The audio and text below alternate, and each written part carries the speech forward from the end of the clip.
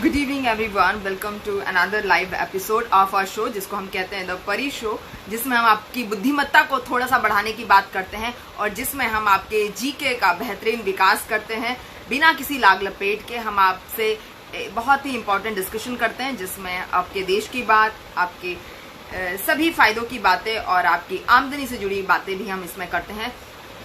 I welcome you all in this Facebook live for sharing so much our video. We are really grateful that you have liked our video so much and shared it so much that we want you to please share our YouTube videos as well.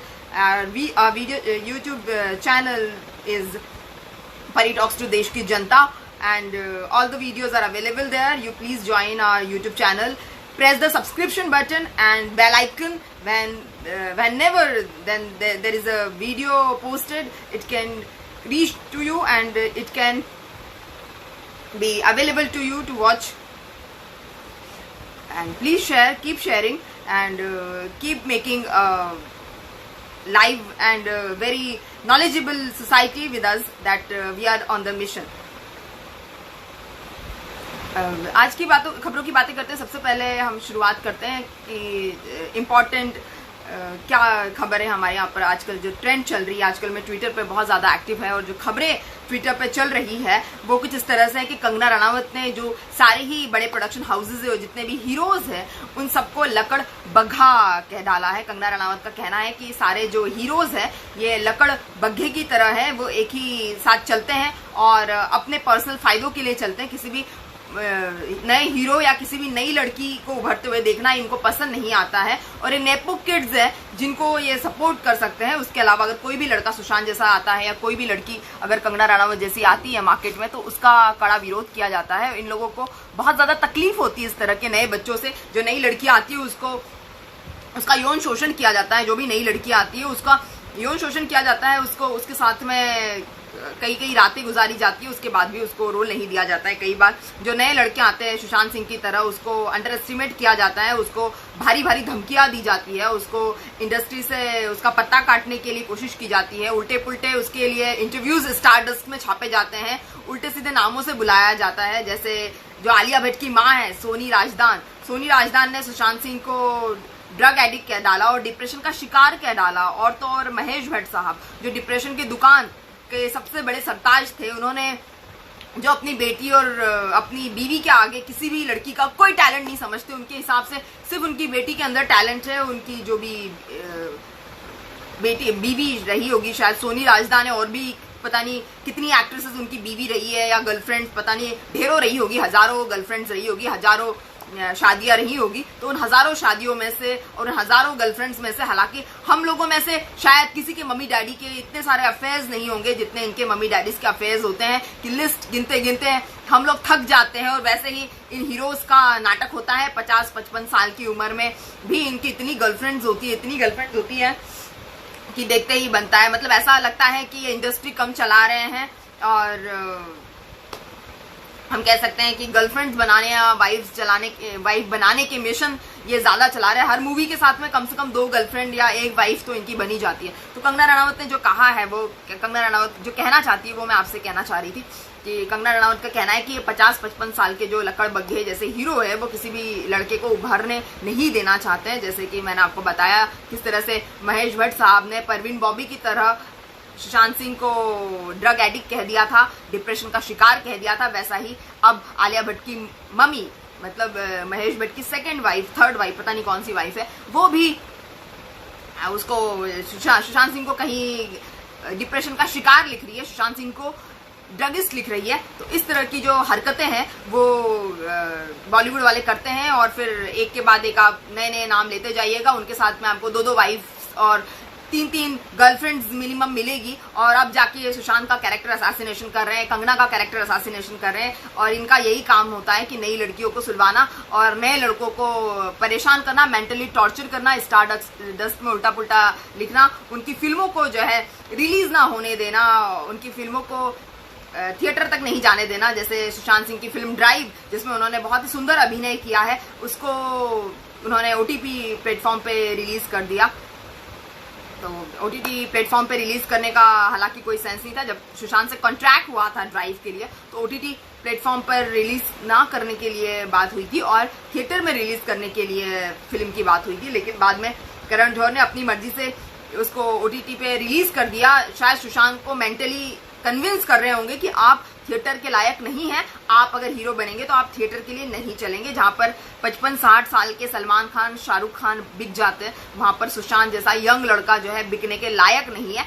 ऐसी कुछ mentality पूरी तरह से audience की जिस तरह से इन्होंने बना के रखी है गुत्थम गुत्थी, वैसी गुत्थम गुत्थी कुछ इन यंग लड़कों के दिल और दिमाग में ये लोग लाने की कोशिश करते हैं। ऐसी कुछ गुत्थम गुत्थी जो है नए लड़कों के दिमाग में ये लोग भरने की कोशिश करते हैं। ऐसी गुत्थम गुत्थियां जो है एक के बाद एक कंगना रनावत खोल रही है। मजे की बात तो ये कंगना पहले अर्नब गोस्वामी के पीछे ये लोग हाथ धोके पड़ गए, क्योंकि अर्नब गोस्वामी ने इनको चरसी, नशेड़ी, गंजेड़ी कह दिया अपने शो में। लगातार रिपीटेडली, रिलेंटलेसली अर्नब गोस्वामी जो है सुशांत को हक दिलाने के लिए पीछे पड़े रहे इन लोगों के। तो इन्होंने अर्नब गोस्वामी के लिए इन्होंने मुहिम छेड़ दी, अर्नब गोस्वामी की कंप्लेंट कर दी बांद्रा कोर्ट में जाके। उसके बाद अब ये कंगना रनावत के पीछे पड़ गए, क्योंकि कंगना रनावत इनका पीछा छोड़ने से बाजी नहीं आ रही है। इनका पीछा किसी भी हिसाब से कंगना रनावत छोड़ना नहीं चाहती। शायद कंगना उन सारी चीजों का बदला लेना चाहती है जो एक्ट्रेस बनने के समय हर स्टेप पे, हर कदम पे जो उन्होंने तकलीफें सहन की है, जितनी ज्यादा उन्होंने यातनाएं सहन की है, जितनी ज्यादा उनको बिस्तरों से होते हुए गुजरना पड़ा, शायद सबका बदला कंगना लेना चाहती है। और बॉलीवुड की ये कास्टिंग काउच और प्रोस्टिट्यूशन की जो प्रथा है शायद खत्म करने का बीड़ा कंगना ने उठा लिया है, मुझे ऐसा लगता है, जहां तक मैं देख पा रही हूँ। आप लोग क्या देख पा रहे हैं कमेंट सेक्शन में जरूर बताइएगा कि आप क्या कहना चाह रहे हैं इस बारे में। और अगर आप कोई क्वेश्चन मुझसे पूछना चाहते हैं तो आप प्लीज कमेंट सेक्शन में लिखिए। मैं एक के बाद एक आऊंगी। अभी बिहार इलेक्शंस पे आऊंगी, उसके बाद में मैं आपको बताऊंगी कि मोदी जी के कितने प्लान्स चल रहे हैं और मोदी जी की कौन कौन सी नई योजनाएं चल रही है, पुरानी योजनाओं का क्या हुआ है और अब नई योजनाओं का क्या होने वाला है। उसके बाद में मैं आपको कुछ ट्विटर ट्रेंड्स बताऊंगी। आजकल मैं ट्विटर पे एक्टिव हूँ तो मैं वो भी आपसे शेयर कर लेती हूँ कि ट्विटर ट्रेंड्स क्या क्या चल रहे हैं और एक्चुअल में किस तरीके से दिखाया जा रहा है और कौन किस तरह की बातें ट्विटर पे क्यों कर रहा है, एक्चुअल में हकीकत क्या है, मैं आपको रूबरू कराऊंगी। तो आगे बढ़ते, कंगना रनावत ने ये भी कहा है कि उन्होंने कल नवरात्रि का पहला दिन था, उन्होंने कहा मैंने नवरात्रि का उपवास रखा हुआ है और वो दानवों से बदला लेना चाहती है। उनका कहने का मतलब था कि उन्होंने नवरात्रि का उपवास रखा है, वो शायद इन फिल्मी दानवों से, दानवों का मतलब है डेमन्स, डेविल्स, राक्षसों से शायद वो बदला लेना चाह रही है, इसलिए उन्होंने नवरात्रि के उपवास रखे हैं। कंगना ने ये भी कहा है कि वो जब तक जिंदा रहेगी इनकी सारों की पोल पट्टियां खोल के रखेगी। You scratch my back, I will scratch your back, मतलब आप मेरी पीठ खुजाओ मैं आपकी पीठ खुजाऊंगा, मतलब मैं आपके सीक्रेट छुपाऊंगा, आप मेरे सीक्रेट छुपाइए, मैं आपके सीक्रेट छुपाऊंगी, आप मेरे सीक्रेट छुपाइए। इस तरह की जो पद्धति है वो सालों से चली आ रही है। यही बॉलीवुड इंडस्ट्री का काम है और यही बॉलीवुड इंडस्ट्री की सच्चाई है और यही बॉलीवुड इंडस्ट्री में काम करने का एकमात्र गुण है। आपको कितना डांस आता है, कितनी एक्टिंग आती है, ये तो बात की बात है, क्योंकि हर फिल्म से पहले रिहर्सल्स होती है, तो ये बात की बात है। लेकिन सबसे पहले आपको आना चाहिए वो है लोगों के सीक्रेट छुपाना, लोगों के सीक्रेट को दबाना और अपने सीक्रेट भी उनके हाथ में जाकर दे देना है। यही बॉलीवुड में काम करने का एकमात्र तरीका है, जिसको बहुत सारे नए बच्चे जो आउटसाइडर्स होते हैं वो अकस्टम नहीं होते, उन्होंने ऐसा माहौल देखा नहीं हुआ होता है, तो नए बच्चे जो है अपनाने से मना कर देते हैं। और जब नए बच्चे इसको नहीं अपनाते हैं, नए यंगस्टर्स इसको नहीं अपनाएंगे, अगर कोई आउटसाइडर हम आप में से कोई अंदर जाएगा बॉलीवुड में और हम लोग अगर उसको नहीं अपनाएंगे तो हमारा बॉयकॉट कर दिया जाएगा, फौरन रातों रात गेट आउट का आपको साइन दिखा दिया जाएगा और आपको डोर दिखा दिया जाएगा कि इसमें से आप प्लीज बाहर चले जाइए। अगर आप फिर भी डटे रहे और अपने टैलेंट का जलवा उनको दिखाते रहे तो फिर आपको भी किसी ना किसी दिन सुसाइड जरूर करना पड़ जाएगा।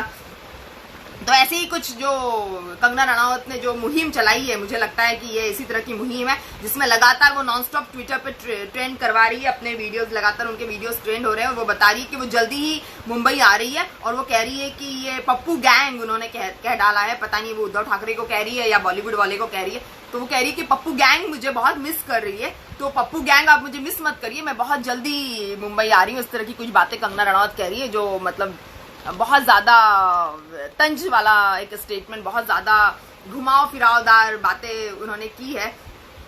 किसके ऊपर की है एग्जैक्टली, किसको पप्पू गैंग कहा है एग्जैक्टली वो पता नहीं है, लेकिन इस तरह की बातें कंगना रनावत कर रही है। उनके खिलाफ अब अर्नब के बाद में बॉलीवुड वालों ने, बॉलीवुड के 2-4 स्ट्रगलर्स कह सकते हैं, स्ट्रगलर्स तो क्या कहेंगे, जो ट्राई मार रहे हैं या कुछ थोड़ा बहुत काम कर चुके हैं, इस तरह के 2 लड़कों ने उनकी कंप्लेन की है बांद्रा कोर्ट में। बांद्रा कोर्ट ने उनकी कंप्लेन भी दर्ज की। उन्होंने कहा है कि कंगना जो है हिंदुत्ववाद फैलाती है और राष्ट्रवाद फैलाती है और इस तरह की हिंदू मुस्लिम वाली बात कहती है, कश्मीर कहती है मुंबई को, उसकी वजह से हमें काम नहीं मिल रहा है। काम तो वैसे भी कोरोना में ठप हो गया है, बहुत सारे फिल्मी लोगों का करियर वैसे भी कोरोना में ठप हो गया है, तो उन लोगों को काम कैसे मिलेगा। लेकिन हाँ, कंगना रनावत की बेबाकी और बिंदास अंदाज जो है शायद उन लोगों को पसंद नहीं आ रहा है, जिसके लिए वो जानी जाती है। हालांकि बहुत सारी चीजें जो है मैं उनसे सहमत नहीं होती हूँ, लेकिन बहुत सारी चीजें जो होती है, सच्चाई अगर कोई कह रहा है तो उसका साथ देना बहुत जरूरी है। सच्चे लोग बहुत मुश्किल से दुनिया में होते हैं और अगर हम सच्चे लोगों का साथ देते हैं तो हम सच्चाई का साथ देते हैं, और अगर हम सच्चे लोगों का साथ देते हैं तो हम सच्चाई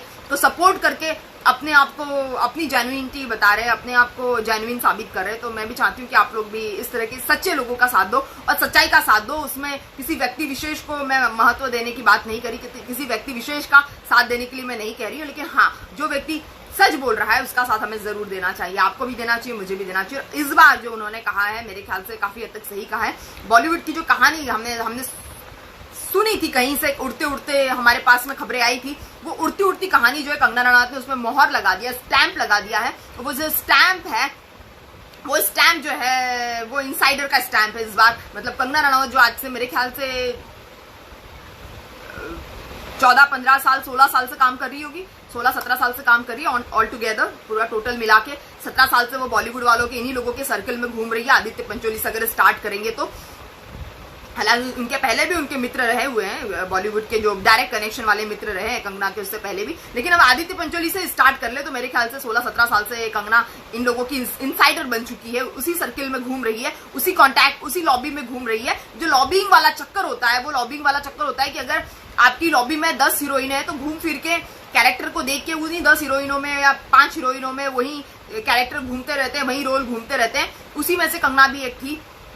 हालांकि उन्होंने हीरोज के साथ में 50-55 साल के हीरोज के साथ में उन्होंने उनके साथ स्क्रीन शेयर करना मना कर दिया, तो शायद सब लोग उनके दुश्मन हो गए। लेकिन इस बार जो बातें कर रही है वो काफी सच्चाई वाली बातें कर रही है और इन सब बातों का मैं समर्थन करने के लिए तैयार हूं। मुझे लगता है कि अगर ऐसी प्रैक्टिस है, रिगार्डलेस ऑफ एनीथिंग, अगर इस तरह की प्रैक्टिस है तो इस तरह की प्रैक्टिसेस बंद होना चाहिए। और जिसमें तैमूर की मम्मी करीना कपूर खान ने कहा है कि अगर आपको प्रॉब्लम है नेपो किड्स से तो नेपो किड्स के बच्चों की फिल्में देखने मत आइए। लेकिन आपको तो पता ही है कि नेपो किड्स के बच्चों की फिल्में नहीं आएगी तो फिल्में बनना ऑलमोस्ट बंद हो जाएगी, क्योंकि जितने भी बड़े प्रोडक्शन हाउसेज है वो नेपो किड्स के बच्चों के साथ ही फिल्म बनाते हैं। वो आपके हमारे साथ या किसी नए एक्टर के साथ में या किसी भी रास्ते चलते के साथ में या किसी एजुकेटेड बंदे के साथ में, जितना सुशांत एजुकेटेड था या थोड़ा बहुत जो भी एजुकेशन पोस्ट ग्रेजुएशन और जितना भी रिसर्च स्कॉलर्स, जितने भी बच्चे या जितने भी इंजीनियर्स, एमटेक बीटेक वाले बच्चे बॉम्बे में अवेलेबल होंगे, उनके साथ में कोई फिल्म नहीं बनाएगा।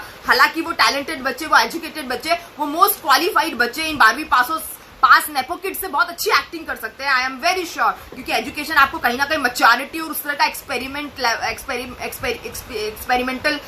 एटीट्यूड और उस तरह का एक्सपीरियंस लेवल आपका हो जाता है। तो मेरे ख्याल से क्वालिफिकेशंस की वजह से आपकी जो इनर इंस्टिंक्ट होती है वो ऐसे आप इनहेरेंट एक्टर बन जाते हैं। अगर आपको बहुत क्वालिफाइड है तो आप हर रोल को चैलेंज समझ के बहुत अच्छे से पिक्चर परफेक्ट तरीके से पोर्ट्रे कर सकते हैं। तो लेकिन इतना सब कुछ होने के बावजूद भी कोई भी बॉलीवुड का बड़ा प्रोडक्शन हाउस नए बच्चों के साथ में, आउटसाइडर्स या क्वालिफाइड या एजुकेटेड बच्चों के साथ में फिल्म नहीं करता है। ये सच्चाई है, आप इसको मान लीजिए या नहीं मानिए तो भी कोई बात नहीं है, लेकिन इस वीडियो को आगे शेयर करते रहिए ताकि सब लोगों को सच्चाई पता चले और हम एक बुद्धिजीवी समाज का निर्माण कर सके, जैसे कि मैंने आपको बताया।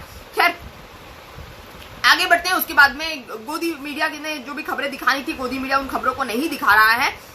बताया जा रहा है कि यूपी के अभी हाथरस का मामला हो गया, बलरामपुर का मामला हो गया, अब यूपी के बलिया के दुर्जनपुर गांव में, यूपी के बलिया में दुर्जनपुर गांव में एक बीजेपी का एक नेता है जिसका नाम धीरेंद्र सिंह है, जो किसी जमाने में बीजेपी का नेता होता था। हालांकि अभी बीजेपी मना करी कि हमारे नेता नहीं है और ये कोई हमारा बीजेपी से रिलेटेड बंदा नहीं है। हालांकि बीजेपी भी मना कर रही है, लेकिन मैं आपको बता दूं कि ये जो बंदा है जिसका नाम धीरेंद्र सिंह है, ये धीरेंद्र सिंह बीजेपी का अभी जो करंट में एमएलए है उसका बहुत करीबी है और दोनों की लड्डू मिठाइयां खाते हुए ऐसी ऐसी तस्वीरें आ रही है, बिल्कुल स्टाइल मारते हुए तस्वीरें आ रही है दोनों की, दोनों में लड्डू पेड़े खा रहे हैं दोनों। बीजेपी का जो एमएलए है उसका नाम है सुरेंद्र सिंह और ये धीरेंद्र सिंह है। तो धीरेंद्र सिंह ने पुलिस प्रशासन की मौजूदगी में, सीएम, एसडीओ, सारे के सारे पुलिस प्रशासन के मौजूदगी में, जहां पर सरकारी राशन की दुकान का अलॉटमेंट हो रहा था, उस कार्यक्रम में, चलते हुए प्रोग्राम में उसने किसी बंदे को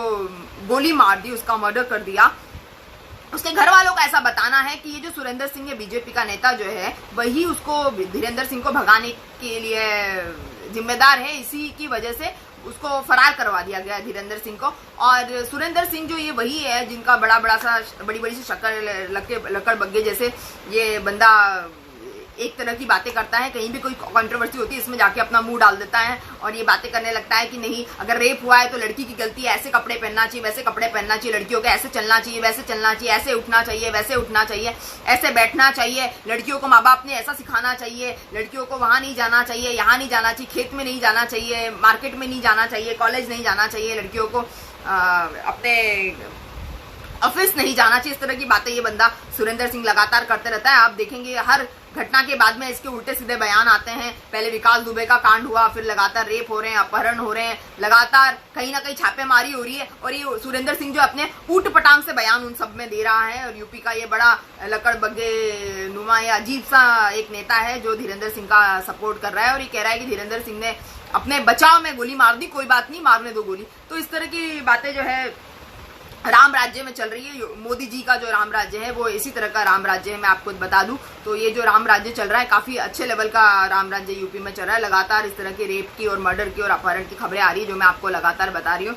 उसके बाद में हाथरस के बाद में बाराबंकी में भी यही सेम चीज रिपीट हुई है। मैंने आपको बताया था, नहीं बताया था, लेकिन बाराबंकी में भी यही सेम चीज रिपीट हुई है, जिसमें लड़की का रेप कर दिया गया, उसकी गले की हड्डी तोड़ दी गई है और उसके गले को दबा दिया गया, लड़की के गले को दबा दिया गया। और उसमें लड़की के परिवार वालों की सहमति के बिना फिर से वो हाथरस वाले जैसा कांड हुआ है कि रातों रात लड़की के शव का अंतिम संस्कार कर दिया गया है। और इतनी जल्दी, मतलब पुलिस को इतनी ज्यादा जल्दी होती है जितनी जल्दी घर वालों को नहीं होती, उससे कहीं ज्यादा जल्दी जो है लड़की पुलिस वालों को होती है। पता नहीं पुलिस किससे डरती है यूपी में इतना ज्यादा, कौन से प्रशासन का ऐसा बंदा है, ऐसा नेता है जिससे पुलिस डर के सारे काम करती है।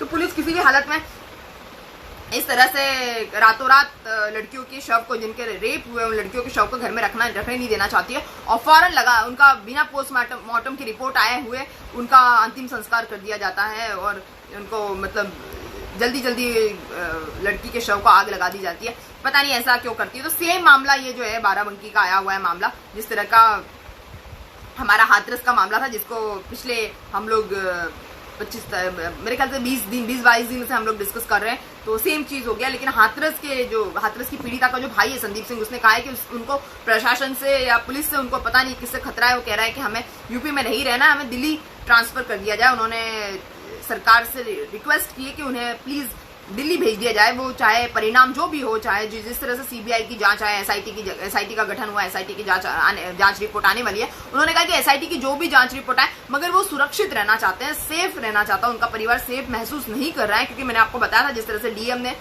पीड़िता के ताऊ को लात मारी थी और वो गिर गए थे। खैर, लेकिन इस तरह की जो बातें हैं वो काफी दिल को धक्का देने वाली बातें, दिल दहला देने वाली वारदातें एक के बाद एक यूपी में हो रही है। लेकिन मेरे ख्याल से किसी के कान में जू नहीं रहती। इस तरह की खबरें होती रहती है, इस तरह की खबरें चलती रहती है, जिसको लेकर जो है पुलिस और प्रशासन दोनों ही सोए हुए रहते हैं। पुलिस को भी कोई लेना देना नहीं होता है, प्रशासन को भी कोई लेना देना नहीं होता है। दोनों ही सोए हुए रहते हैं। चाहे 10 लड़कियों के हफ्ते में रेप हो जाए, चाहे 20 लड़कियों के हफ्ते में रेप हो जाए, चाहे 2500 के शव जला दिए जाए बिना पोस्टमार्टम रिपोर्ट के, चाहे अभियुक्त लेटर लिख के माफीनामा लिख दे, उनको जेल विल भी ना हो, तो भी पुलिस को, प्रशासन को, किसी को, कानून को कोई मतलब नहीं होता है।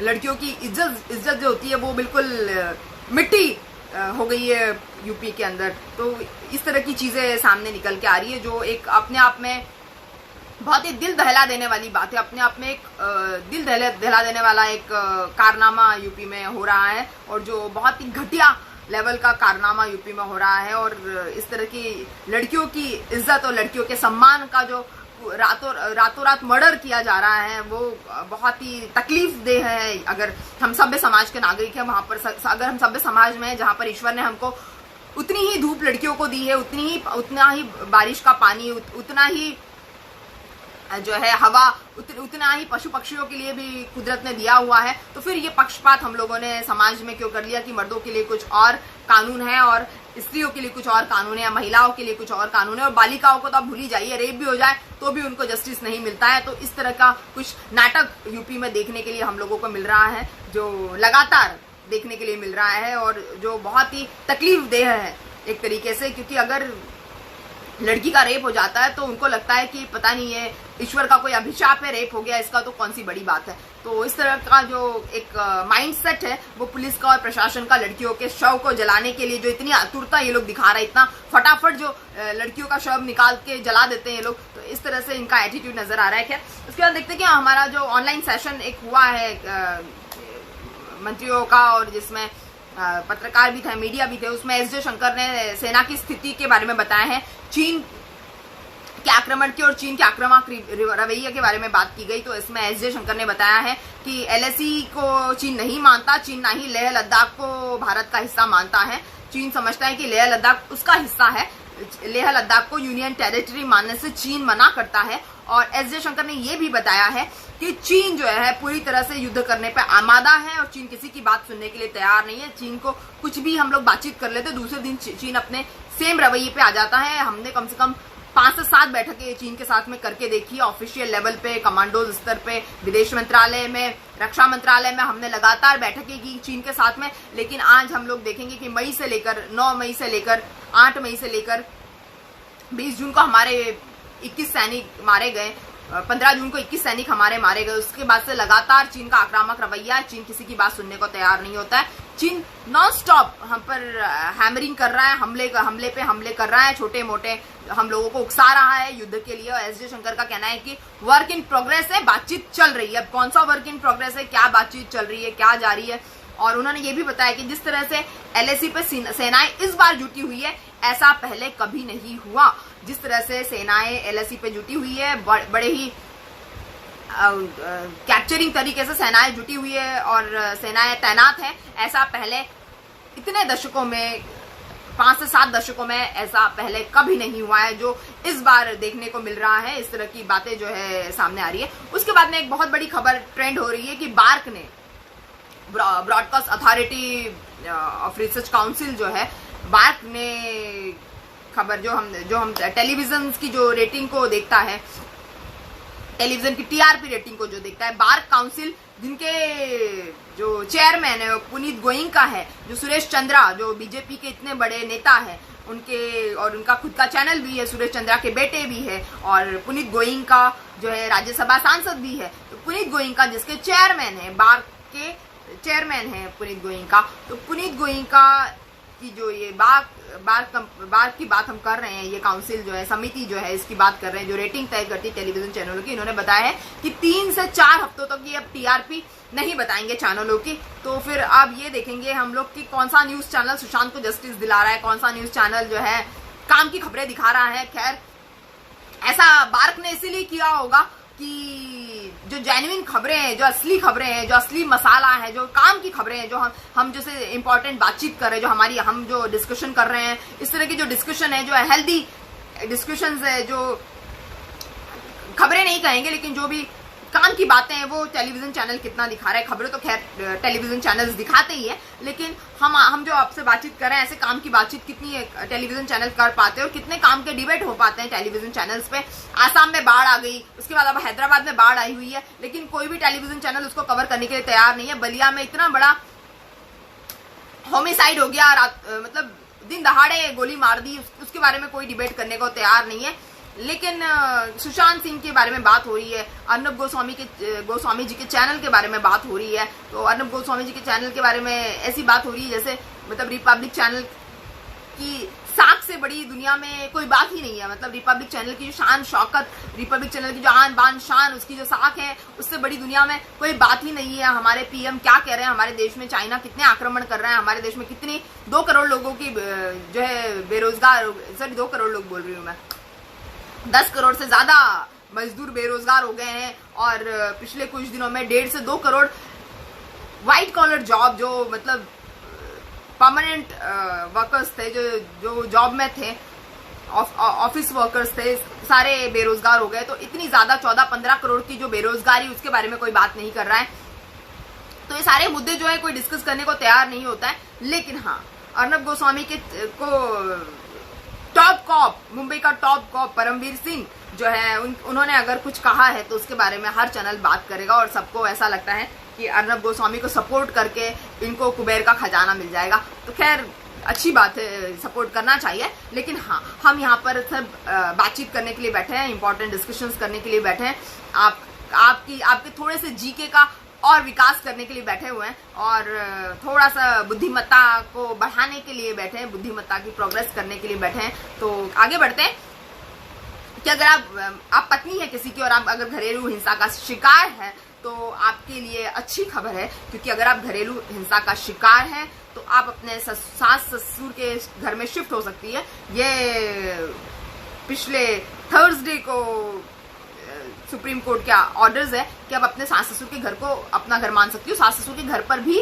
आपका उतना ही अधिकार है जितना आपका अलग से जो आपके पति ने घर बनाया है उस पर अधिकार है। मतलब अब आपके पास में 2 घर है। तो ये स्त्रियों के लिए अच्छी बात है, महिलाओं के लिए खुशी की खबर है कि अगर ऐसा है तो ये बहुत ही गुड न्यूज है कि हमारे यहाँ पर महिलाओं को इतने ज्यादा अधिकार दिए हैं कि वो अपने पति की प्रॉपर्टी के साथ साथ सास ससुर की प्रॉपर्टी में भी जाकर रह सकती है। अगर उनके पति उनको शराब पी के परेशान कर रहे हैं या उनके साथ मारपीट कर रहे हैं या उनको सता रहे हैं या मेंटल टॉर्चर किसी तरह का कर रहे हैं तो अपने सास ससुर के घर में जाके शिफ्ट हो सकती है। फिर आगे बात करते हैं तेजस्वी यादव की, बात करते हैं बिहार में। मुझे 1 सेकंड का टाइम दे। तेजस्वी यादव बिहार में जो है उन्होंने एक अपना जीत का आधा रास्ता उन्होंने तय कर लिया है। उन्होंने जीत का आधा रास्ता ऐसा तय कर लिया है कि उन्होंने बताया कि अगर उनकी सरकार बनती है और कांग्रेस के साथ में महागठबंधन की सरकार बनाएंगे वो, ऐसा लगता है।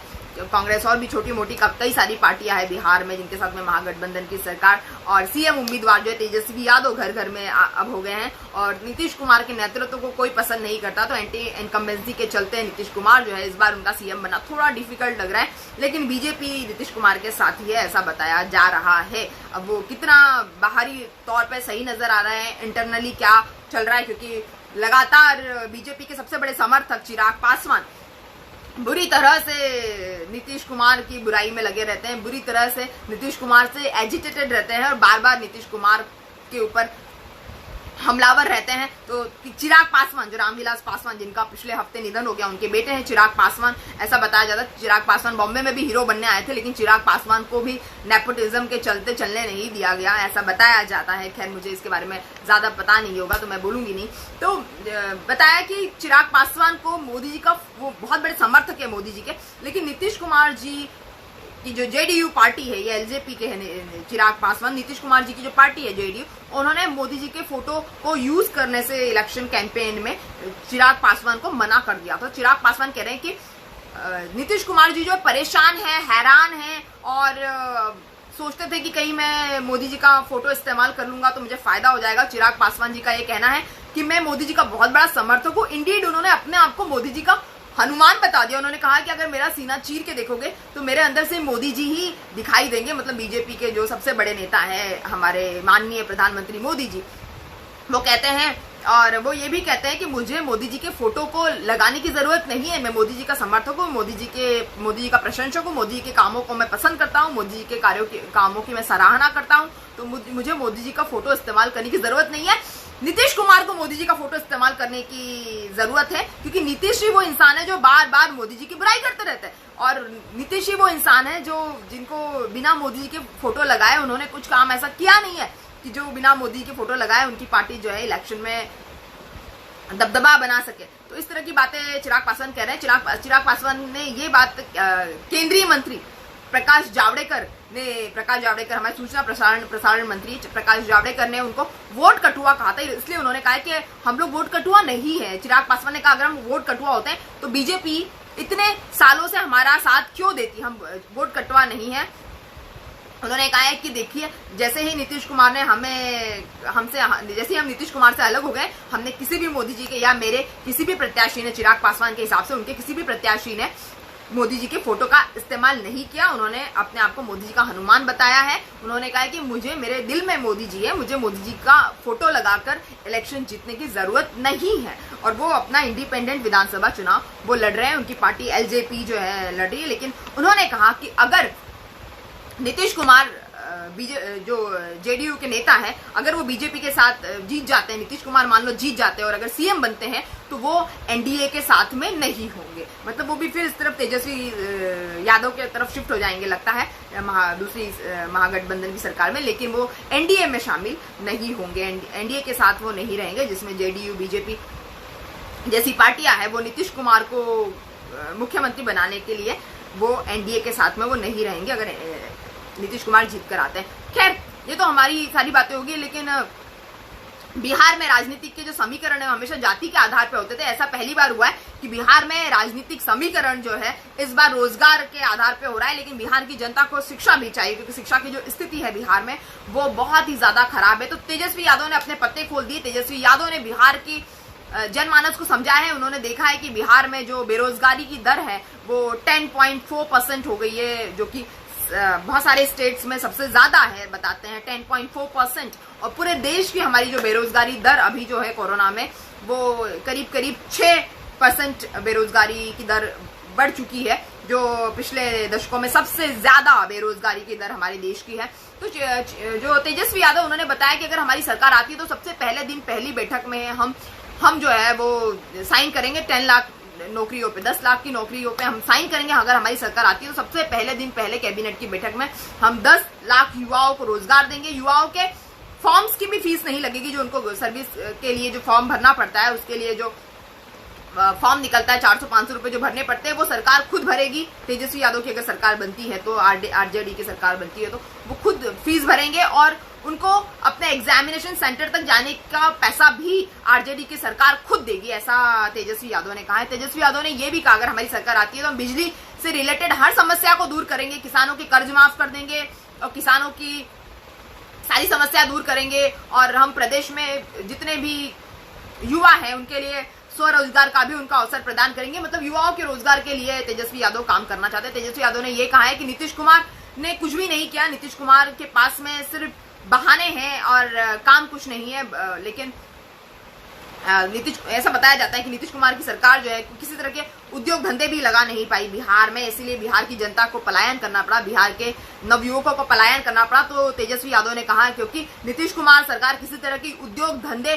बिहार में नहीं लगा पाई तो बच्चों को और युवाओं को और वर्कर्स को पलायन करना पड़ा, मजदूरों को पलायन करना पड़ा। तो हम कोशिश करेंगे कि बिहार में पलायन ना हो, बिहार के लोग बिहार में ही रहे, तो हम पलायन को रोकेंगे। उन्होंने ये कहा है कि जो हर साल 10 लाख नौकरियां तो देंगे ही देंगे, उसके साथ में हम जो है सबको समान रोजगार के साथ समान आमदनी की भी हम बात करेंगे, हम समान आमदनी को समान वेतन की बात करेंगे, समान आमदनी की लोगों के लिए बात करेंगे। उन्होंने कहा कि हम जो है बिहार में हर तरीके से एयरपोर्ट से लेके हर तरीके से हम एक लाइफस्टाइल को बढ़ाने की कोशिश करेंगे, लाइफस्टाइल के लिए हम काम करेंगे, पब्लिक के लाइफस्टाइल के लिए हम लोग अच्छा काम करेंगे। उन्होंने ये भी बताया कि वो एक बिहार को हाईटेक बनाना चाहते हैं। उन्होंने कहा कि 15 साल तक नीतीश कुमार रहने के बाद भी विशेष राज्य का दर्जा बिहार को नहीं दिला पाए नीतीश कुमार। उन्होंने कहा है कि वो हाईटेक बनाएंगे बिहार को, एयरपोर्ट से लेके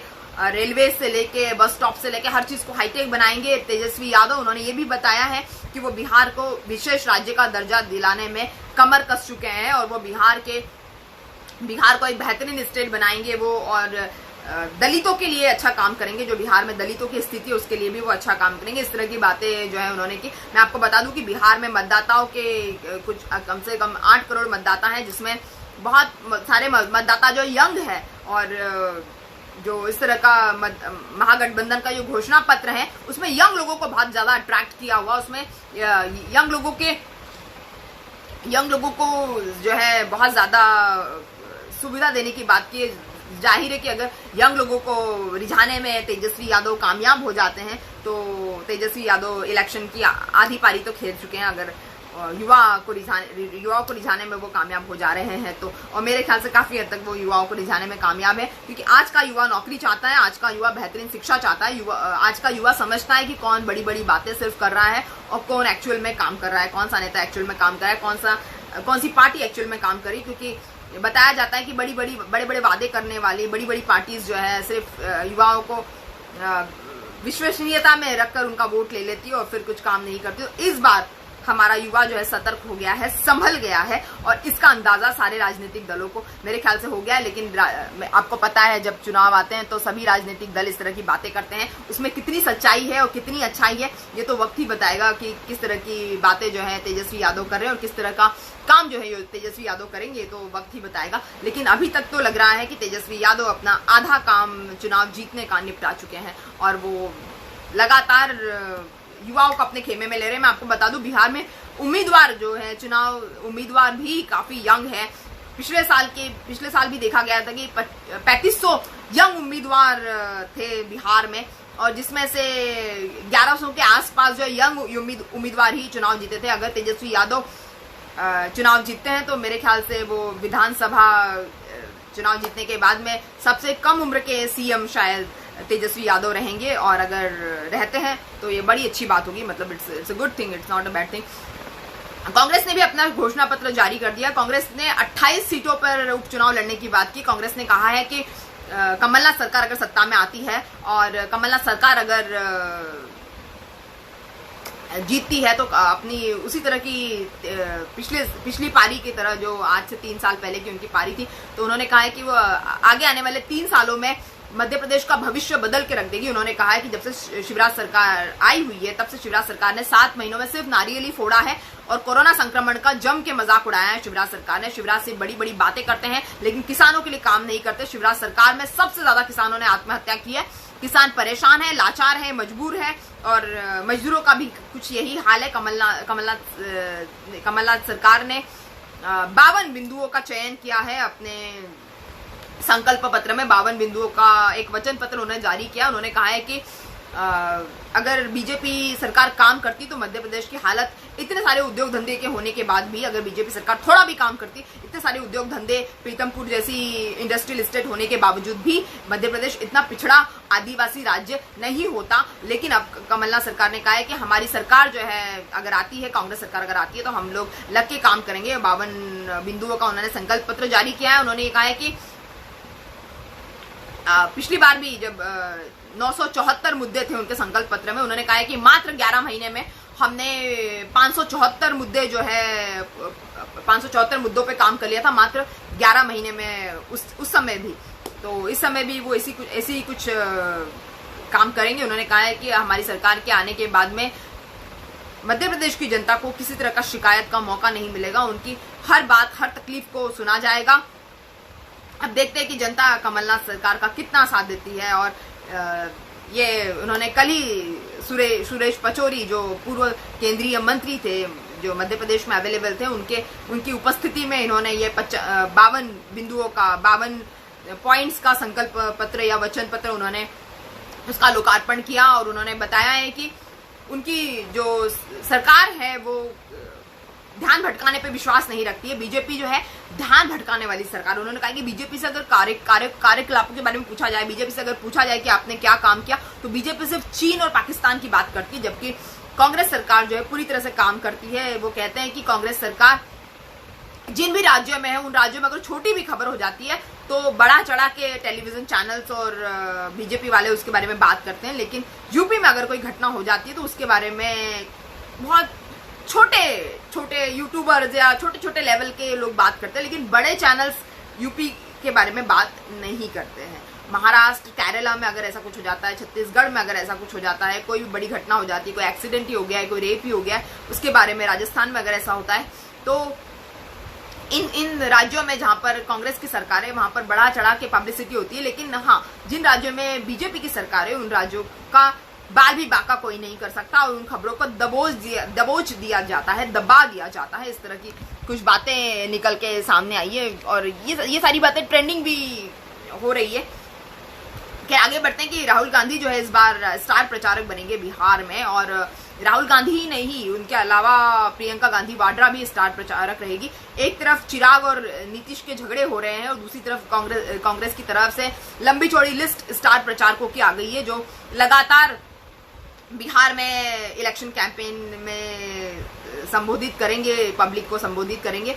सबसे पहले तो राहुल गांधी का नाम है जो स्टार प्रचारक है, जिनका प्रमुखता से नाम दिया गया, जो नंबर 1 की पोजीशन पे है। उसके बाद प्रियंका गांधी वाड्रा का नाम है। प्रियंका गांधी वाड्रा के बाद में मनमोहन सिंह, डॉक्टर मनमोहन सिंह का नाम है, शत्रुघ्न सिन्हा है, मीरा कुमार बहुत बड़े नेता है, उसके बाद में गुलाम नबी आजाद का नाम है, भूपेश बघेल का नाम है, कैप्टन अमरिंदर सिंह का नाम है, तारिक अनवर का नाम है, शक्ति सिंह का नाम है जो बिहार में जाके कैंपेन करेंगे कांग्रेस के लिए या महागठबंधन के लिए हम कह सकते हैं। उसके बाद में शकील अहमद का नाम है, सदानंद सिंह का नाम है, रणदीप सिंह सुरजेवाला का नाम है जो कांग्रेस के राष्ट्रीय प्रवक्ता है। रणदीप सिंह सुरजेवाला, आप सुनते रहते हैं उनको न्यूज चैनल्स में, मैं आपको बता दूं बहुत अच्छा बोलते हैं और बिल्कुल नपा तुला बोलते हैं। बीजेपी पे एक अपना दबदबा दिखाने के लिए कांग्रेस को इसी तरह के नेता चाहिए। अशोक गहलोत जी का नाम है। इस तरह के जो नाम है मेरे ख्याल से इस तरह के नाम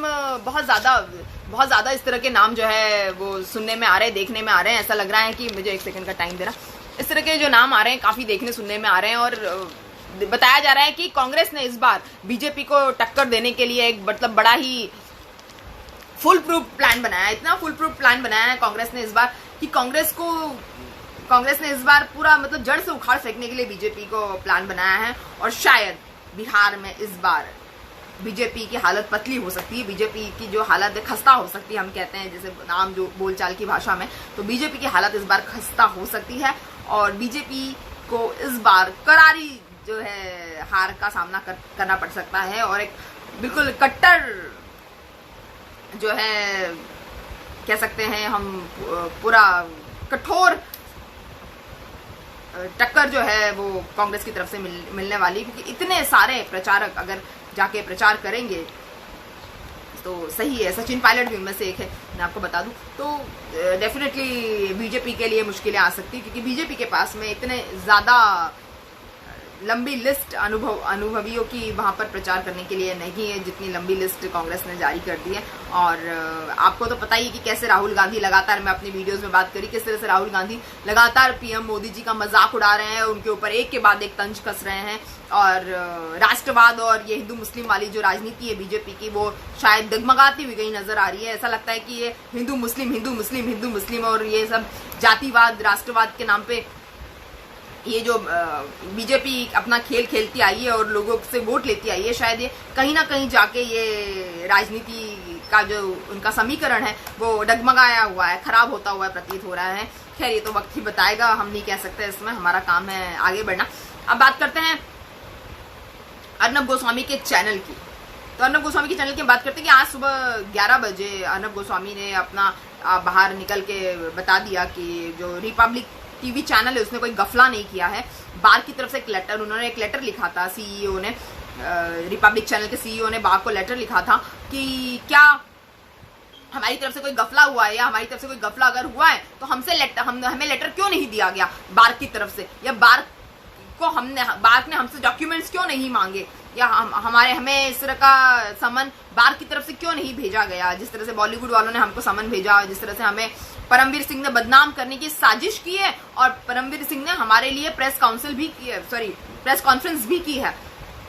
तो इस तरह की बातें सामने आई और अर्नब गोस्वामी निकल के सामने उन्होंने बताया कि जब ना तो बार्क ने हमसे डॉक्यूमेंट्स मांगे, ना ही रिपब्लिक चैनल ने कोई डॉक्यूमेंट्स बार्क को दिए, लेकिन बार्क ने जवाब जरूर दिया इनके लेटर का, जो इनका मेरे ख्याल से 15 अक्टूबर का लेटर था, उसका जवाब बार्क ने दिया कि रिपब्लिक चैनल ने ऐसी कोई हुड़दंग नहीं मचाई है और सारी जो परमवीर सिंह जी है उन्होंने साजिश की अर्नब के खिलाफ, और अर्नब क्योंकि सुशांत सिंह के लिए मुहिम चला रहे थे और महाराष्ट्र सरकार का मजाक उड़ा रहे थे, बॉलीवुड वालों का मजाक उड़ा रहे थे। मुंबई में जो बॉलीवुड की गैंग है, नेपोटिज्म वाली है जो गैंग है, जो ड्रग गैंग है, उसका मजाक उड़ा रहे थे। अर्नब चिल्ला रहे थे और उद्धव ठाकरे जी को ललकार रहे थे, इसलिए उद्धव ठाकरे जी के अंडर में परमवीर सिंह जी जो टॉप पुलिस कॉप है वो आते हैं, इसलिए उन्होंने ये अर्नब के चैनल के लिए साजिश चलाई। अर्नब ने ये भी बताया कि इस तरह के जो टीवी चैनल, इस तरह के जो पुलिस वाले हैं, इस तरह के जो टॉप कॉप है, उनको अपनी खाकी उतार के खादी पहन लेना चाहिए या अपना कोई नया चैनल शुरू कर लेना चाहिए जिसमें बैठ के ये हमारी बुराई करते रहे, लेकिन ये अपना चैनल नहीं खोलेंगे क्योंकि इनके पास खुद के इतने चैनल है जो महाराष्ट्र सरकार को सपोर्ट करते हैं। अर्नब के हिसाब से वो महाराष्ट्र सरकार को सपोर्ट नहीं करते, उनके हिसाब से महाराष्ट्र सरकार देश की सबसे बुरी सरकार है। उनके हिसाब से महाराष्ट्र सरकार इसलिए बुरी है क्योंकि वो बीजेपी के समर्थन वाली सरकार नहीं है, वो एनसीपी वाली सरकार है और वो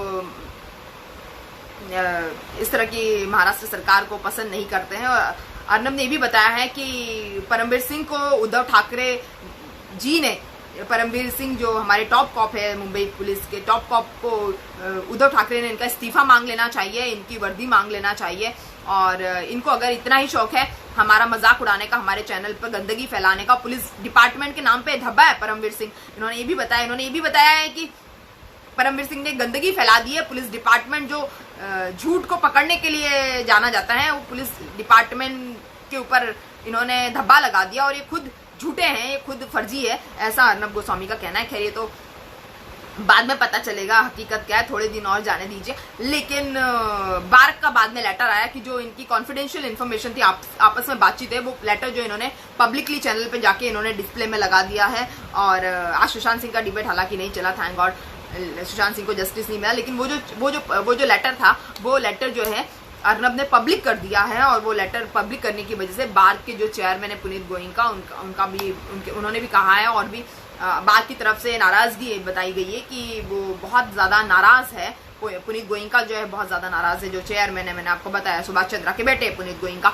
तो वो जो है बहुत ज्यादा नाराज है। और बार्क के इस तरह के स्टेटमेंट से जो है अर्नब गोस्वामी और उनकी टीम बहुत खुश है कि हम लोग बार्क की तरफ से सर्टिफाइड प्रॉपर जर्नलिस्ट हो गए हैं, और बार्क की तरफ से सर्टिफाइड जर्नलिस्ट हम हो गए हैं। इसलिए हमें बहुत खुशी मनानी चाहिए, हमें खुशियां मनानी चाहिए इस बात की कि बार्क ने हमें दोषी नहीं ठहराया, और जनता के सामने वो अब बढ़ चढ़ के अपनी तारीफों के पुल बांध रहे हैं कि हमारा एकमात्र चैनल है। जब लोगों को इंग्लिश सीखनी होती है तो सारे इंस्टीट्यूट्स और कोचिंग क्लासेस और सारे जो है IITs, IIMs और सारे जो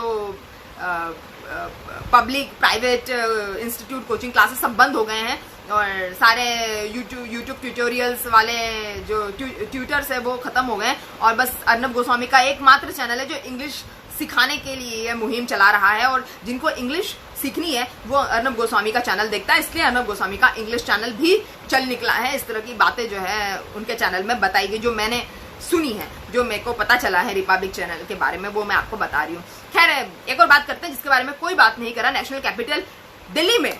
बस सोचिए, दिल्ली की बात मैं कर रही हूँ, वहां पर एक मुस्लिम महिला थी नूर भट्ट, जिसको अपनी लैंडलॉर्ड लेडी ने मारा, घर में आके पीटा, उसका फर्नीचर पटका, उसको आतंकवादी कहा। क्यों? क्योंकि वो सिर्फ मुस्लिम थी। तो मतलब इस तरह की बातें, एक बद्दिमाग बातें हमारे यहाँ पर लोग कर रहे हैं। मतलब दिल्ली जैसी कैपिटल सिटी में रहने के बाद भी लोग, और इस तरह की खबरें कोई न्यूज चैनल चला भी नहीं रहा है। मैं आपको बता रही हूँ क्योंकि मैंने ये देखा ट्विटर पे, मुझे बहुत बुरा लगा ये सब देखने के बाद में। और हम तो बड़े बड़े जुमले देते हैं, बेटी बचाओ, फलाना, नारी शक्ति और नारी सम्मान, विमेन रिजर्वेशन, बड़ी बड़ी बातें करते हैं, लेकिन एक महिला का सिर्फ इतना कसूर है कि कोई वो सिर्फ मुस्लिम है इसलिए एक लैंडलॉर्ड लेडी जो है उसको मारती है। पता नहीं एक अजनबी सा आदमी उसके घर में घुसा आया, उसके साथ में एक आदमी घुसा आता है उसकी बिना परमिशन के उसके घर में, और एक लैंडलॉर्ड लेडी जो है उसको मारती है, पीटती है, धमकाती है, आतंकवादी तक कह देती है। तो इस तरह की जो है एक बदतमीजी, बददिमागी वाला रवैया हमारे दिल्ली कैपिटल जैसे शहर में देखने के लिए मिलता है। तो आप गांव की तो आप बात ही छोड़ दीजिए, कितना हिंदू मुसलमान होगा आप जान सकते हैं अच्छी तरह से।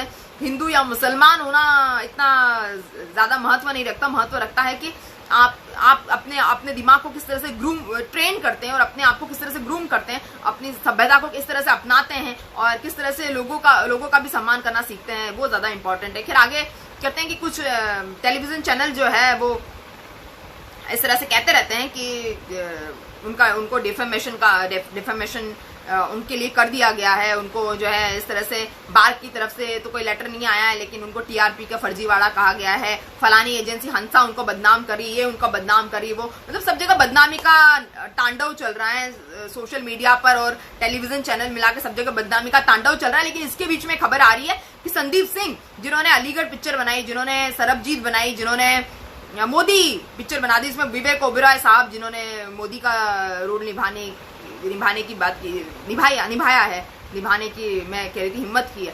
खैर तो विवेक ओबेरॉय साहब जिसमें मोदी बने हुए हैं, उसमें संदीप सिंह ने बताया कि रिपब्लिक चैनल उनके पीछे पागलों की तरह पड़ा हुआ है, उनसे पैसे मांग रहा है, और अगर वो पैसे नहीं देते तो उनकी झूठी बदनामी की जा रही है, और संदीप सिंह की झूठी बदनामी ड्रग केस में की जा रही है। इसलिए वो कह रहे हैं कि अर्नब गोस्वामी का चैनल जो है खबरों को छुपाने के लिए या बदनामी से बचाने के लिए भी पैसे मांगता है। तो ये एक अलग बदनामी वाला रवैया संदीप सिंह बता रहे हैं कि उनको परेशान किया जा रहा है, जबरन उनसे पैसा मांगा जा रहा है कि अगर वो पैसे नहीं देंगे तो अर्नब गोस्वामी उनकी उल्टे पुल्टी खबरें उनके बारे में बोलेगा और उनको बदनाम करेगा। तो इस तरह से बातें जिस तरह से उसने बताया उसी तरह से मैं आपको बता रही हूँ। जैसे संदीप सिंह ने बताया, बॉलीवुड का बहुत बड़ा प्रोड्यूसर डायरेक्टर है जो बड़ी बड़ी फिल्में प्रोड्यूस और डायरेक्ट कर चुका है, और उसका ये बयान है। खैर उसके पास में, और 200 करोड़ रुपए उससे मांगे गए, कितने, और फिर उसने डेफेमेशन का केस फाइल कर दिया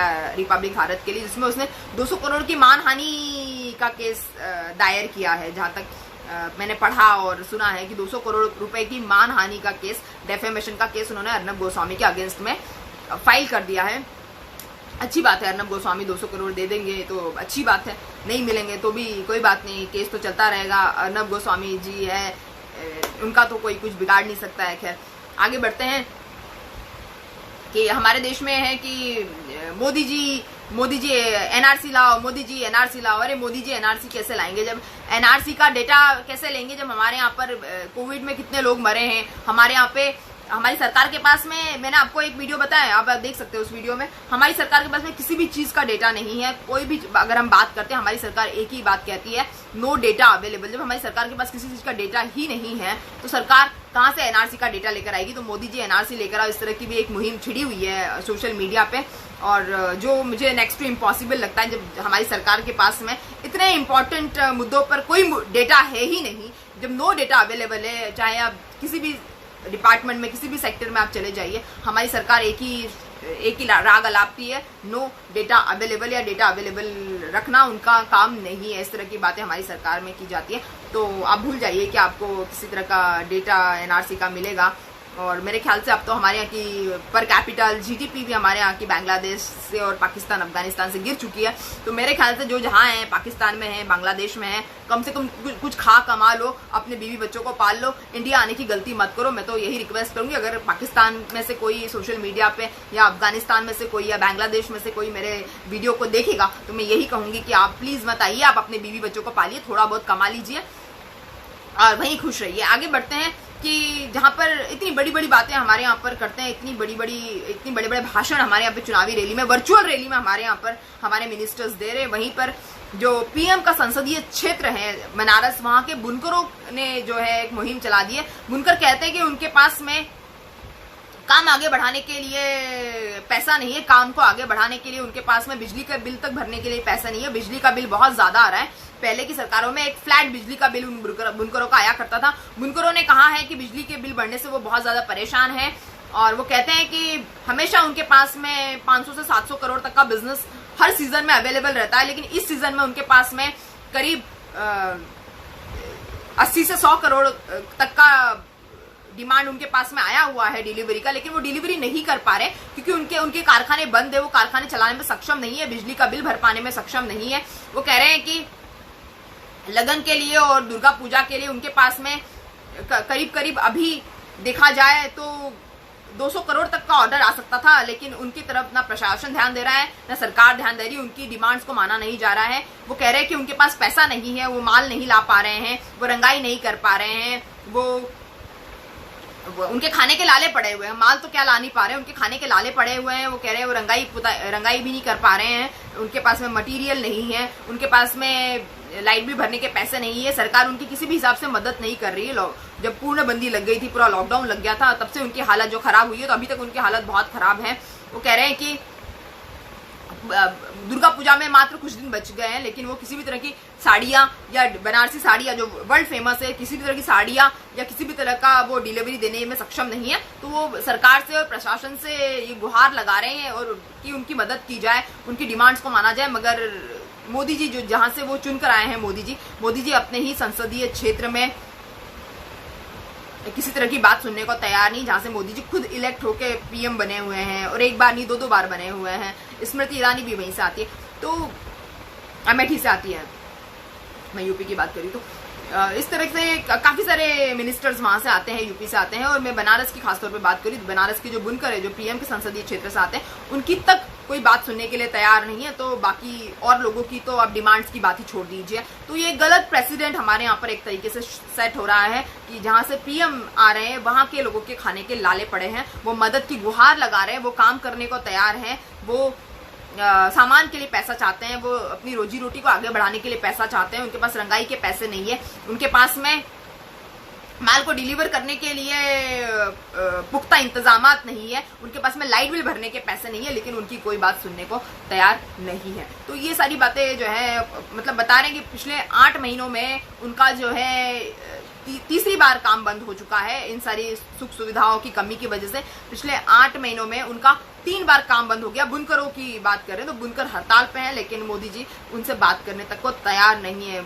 आपको पता है मोदी जी तब बात नहीं करते जब उनकी सबसे ज्यादा जरूरत होती है, तब वो बिल्कुल बात नहीं करते, ये शायद हम सबको पता है। उसके बाद एक और बात बता दूं, खबरों में एक और चीज चल रही है कि विवेक ओबरॉय की घर की तलाशी ली गई है। मुंबई पुलिस उनके घर पहुंच गई थी। बताया जाता है कि विवेक ओबरॉय, उनका परिवार जो है बीजेपी का काफी ज्यादा करीबी है, बहुत क्लोज है, क्योंकि विवेक ओबरॉय के जो साले साहब है वो कर्नाटक के बहुत बड़े मिनिस्टर के बेटे हैं। मतलब विवेक ओबरॉय के जो ससुर है वो कर्नाटक के बीजेपी के मंत्री है। तो बताया जाता है कि उनके साले साहब ड्रग केस में इन्वॉल्व थे वहां पर कर्नाटक में कहीं पे। तो उनकी ही जांच करने के लिए विवेक ओबरॉय के घर में मुंबई पुलिस घुसी और मुंबई पुलिस ने जांच की, और साले साहब तो हालांकि मिले नहीं, और ड्रग की कुछ जांच पड़ताल कर रहे, ड्रग्स भी मिले नहीं। तो विवेक ओबरॉय के घर में मुंबई पुलिस की ये जांच है। शायद अब अर्नब गोस्वामी इसके बारे में फिर चिढ़ेंगे। तो आगे की खबरों के लिए और बातचीत करने के लिए कल मिलते हैं। हम इसी तरह की बातचीत आपसे करते रहेंगे, कम शब्दों में, स्पष्ट शब्दों में। हम बहुत सरल भाषा में आपको बातचीत करते हैं आपसे, और इम्पोर्टेंट डिस्कशंस करते हैं, बहुत ज़रूरी डिस्कशंस करते हैं। मेरा ख्याल है आप मेरे वीडियोस को जितना हो सके शेयर कीजिए, जितना ज़्यादा हो सके आप लोगों को सजेस्ट कीजिए, जिससे हम एक बुद्धिजीवी समाज का निर्माण कर सके। हमारे वीडियो का उद्देश्य किसी पॉलिटिकल पार्टी को समर्थन करना या असमर्थन करना नहीं है। हमारे वीडियो का उद्देश्य सिर्फ बुद्धिमत्ता को बढ़ाना है और एक इंटेलेक्चुअल समाज का निर्माण करना है, और जो हम लगातार करते आए हैं। और हमारे वीडियो का उद्देश्य जो है एक सच्चाई आप तक पहुंचाना है। जो आमतौर पर आप लोग कहीं ना कहीं कंफ्यूजन में रहते हैं, उन कंफ्यूजन को, उन डाउटफुल चीज़ों को दूर करना है। और आप हमारा YouTube चैनल, जैसे मैंने आपको बताया, सब्सक्राइब कर लीजिए और बेल आइकन को दबा दीजिए, जिससे जैसे ही वीडियो पोस्ट हो रहे हैं